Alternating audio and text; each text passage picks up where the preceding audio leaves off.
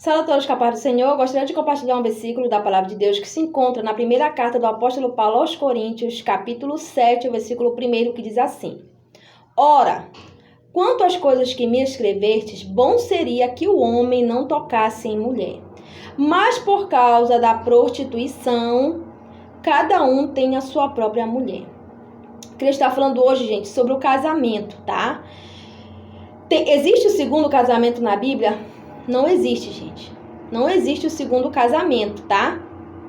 Então, é uma palavra dura que eu vou dar e difícil. A palavra do nosso Senhor e Salvador Jesus Cristo. Então, pense bem se você quer casar mesmo. Porque depois que casa, gente, acabou, tá? Acabou. Então, o apóstolo Paulo vai dizer aos Coríntios ali. Porque eles perguntaram, eles queriam saber a respeito do casamento. Paulo vai dizer, olha, é bom nem tocar em mulher. Vocês nem têm mulher. Mas por causa de prostituição, tem pessoas que não aguentam viver só, né? Então, cada um tá liberado para ter a sua esposa, tá? Para ter um casamento só. Mas o apóstolo Paulo ele vai aconselhar que ele queria que todos fossem como ele. Como o apóstolo Paulo era, ele era solteiro, tá? O apóstolo Paulo ele não tinha esposa, ele vivia para a obra.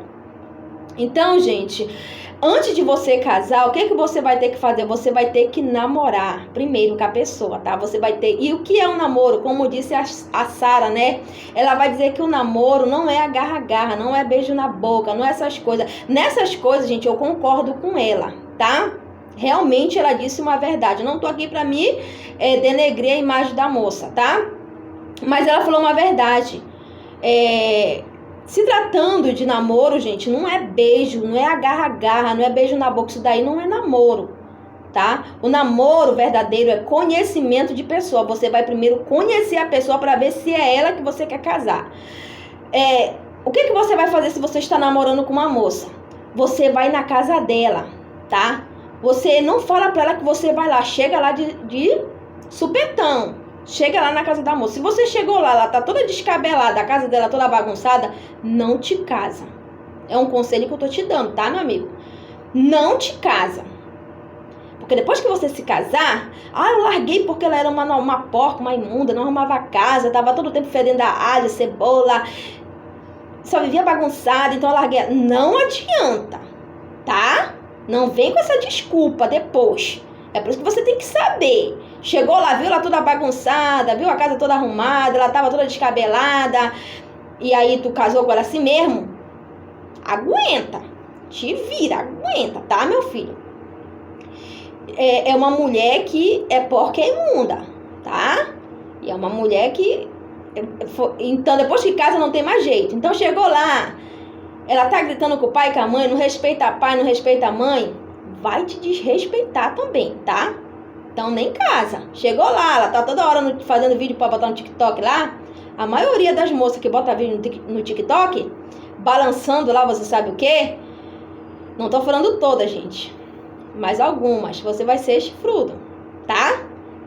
É barca furada. Então pense bem se é essa mulher mesmo que você quer pra você. Porque depois que casar, já era. Tá?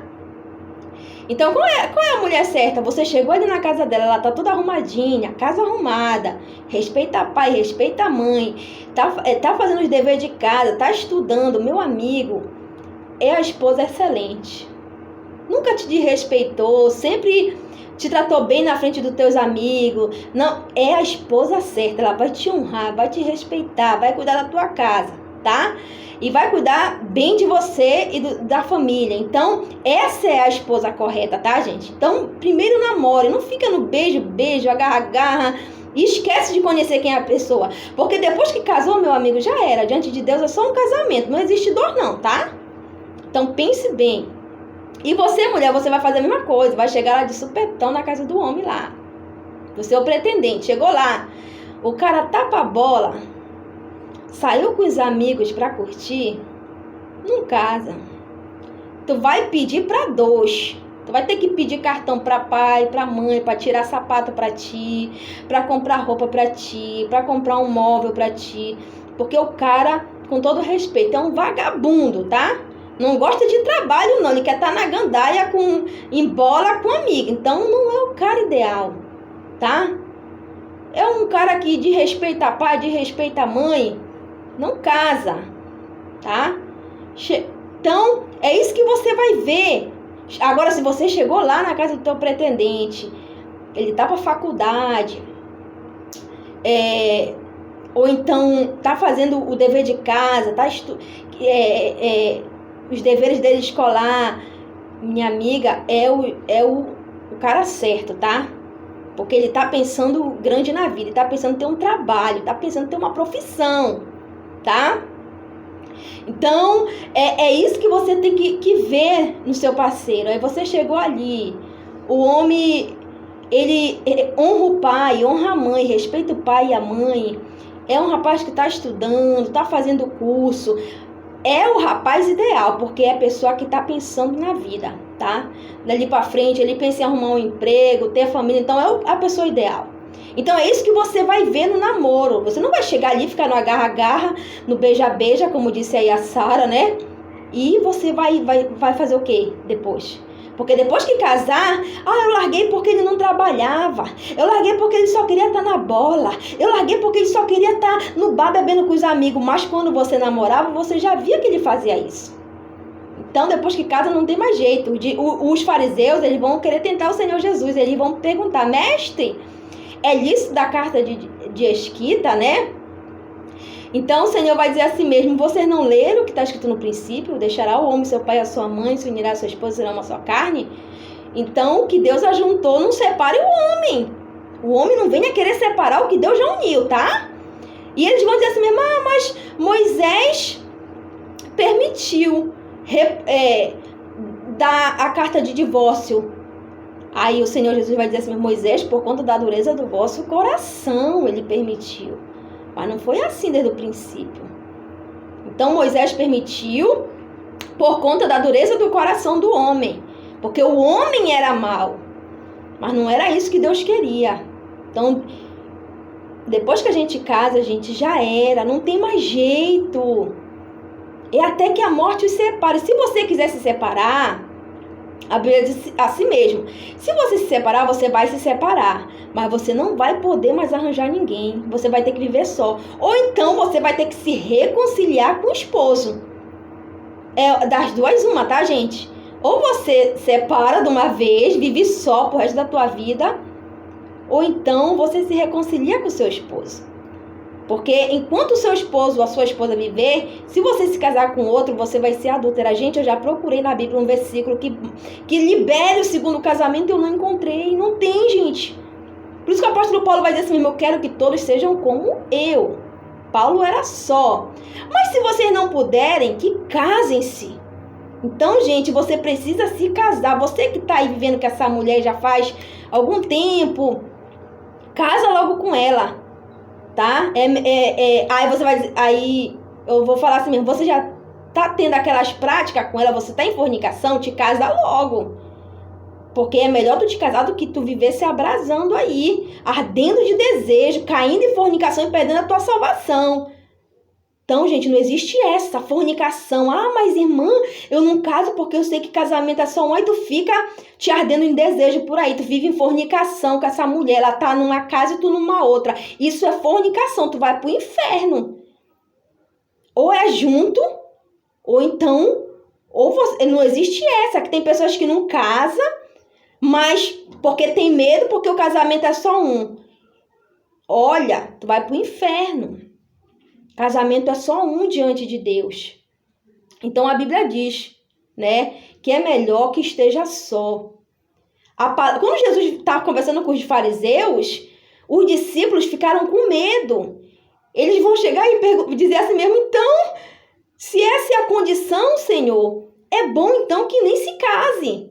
Aí o Senhor Jesus vai dizer, tem uns que já nascem eunuco, tem uns que se fazem eunuco por causa do reino dos céus. Essa palavra, poucos vão poder receber. A palavra de Jesus ela é tão dura, gente, que poucos podem receber. Pensou os discípulos, né? Eles ficaram escandalizados.